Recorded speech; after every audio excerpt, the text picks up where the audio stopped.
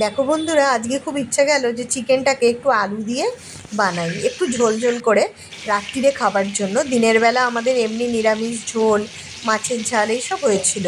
তো দেখো, রাত্রিরে খাবার জন্য একটু গরম গরম ভাত দিয়ে না এইরকম আলু দিয়ে চিকেনের ঝোলটাও কিন্তু খেতে খুব ভালো লাগে। আর মনে হলেও আজকে একটু প্রেশার কুকারে করব। প্রেশার কুকারে করলে কিন্তু একদম মাটনের মতো খেতে লাগে, পুরোপুরি মাটন না হলেও টেস্টটা কিন্তু খারাপ লাগে না। তো দেখো, আমি চিকেনটা করব বলে আমি টমেটোটাও কেটে নিচ্ছি। আর দুটো টমেটো আমি দেব।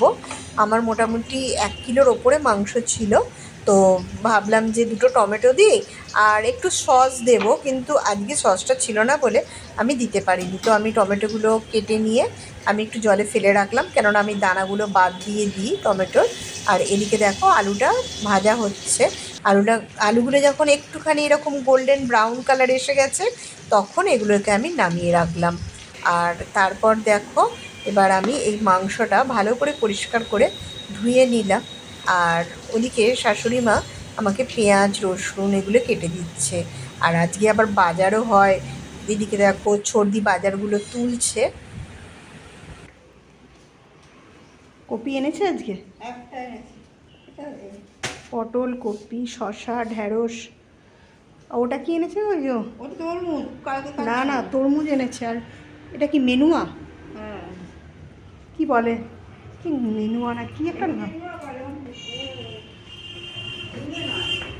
মা, পেঁয়াজ রসুনটা কাটা হয়েছে? হ্যাঁ ঠিক আছে, কাটো।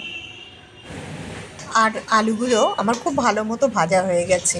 আর এই আলুগুলো খুব সুন্দর করে ভাজলে কিন্তু একটা আলাদাই টেস্ট আসে মাংসের। তো দেখো, আলুগুলো ভাজা হয়ে গেছে, আমি তুলে রাখলাম। আর মাংসটা আজকে একটু ঝোল করব বলে একটু জায়গাটা না একটু বড় নিয়েছি, যাতে ঝোলটা রাখতে আমার সুবিধা হয়। আর পেঁয়াজটা, তেলটা প্রথমে কড়াই বসিয়ে তেলটা গরম করে নিলাম। আর তারপর পেঁয়াজগুলো আমি দিয়ে দিলাম।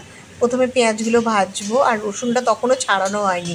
নইলে আমি রসুনটা প্রথম দিকেই না একটু থেতো করে আর তেলে ভেজে নিই, তাহলে কিন্তু ওর গন্ধটা খুব ভালো আসে। তো আমি শাশুড়ি মাকে বললাম যে রান্নাটা বসাতে অনেক দেরি হয়ে যাবে, যদিও এটা আমরা রাতে খাবো, কিন্তু সকালের দিকেই করে রাখলাম, কেননা রাতে আর ঝামেলা করলাম না। আর দেখো, রসুনটা পরে আমাকে ছাড়িয়ে দিল। তো আমি এগুলোকে একটু থেতো করে, পেঁয়াজটা ভাজা হয়ে গেছে, তারপরে একটু মধ্যিখানে তেল দিয়ে তারপর রসুনগুলো দিয়ে একটু ভেজে নেবো। তো সব রসুনগুলো ভালো করে থেতো করে নিয়ে এটাও ভেজে নিলাম। আর এদিকে দেখো, পেঁয়াজ রসুন এগুলো ভালো করে ভাজা হয়ে গেছে। আর যে টমেটোটা কেটে রেখেছিলাম, এবার টমেটোগুলো দিলাম। টমেটোটাও নরম করতে হবে, তো সবই তেলে ভেজে ভালো করে নরম করতে হবে। দেখো, ভালো করে নাড়াচাড়া করতে থাকলাম।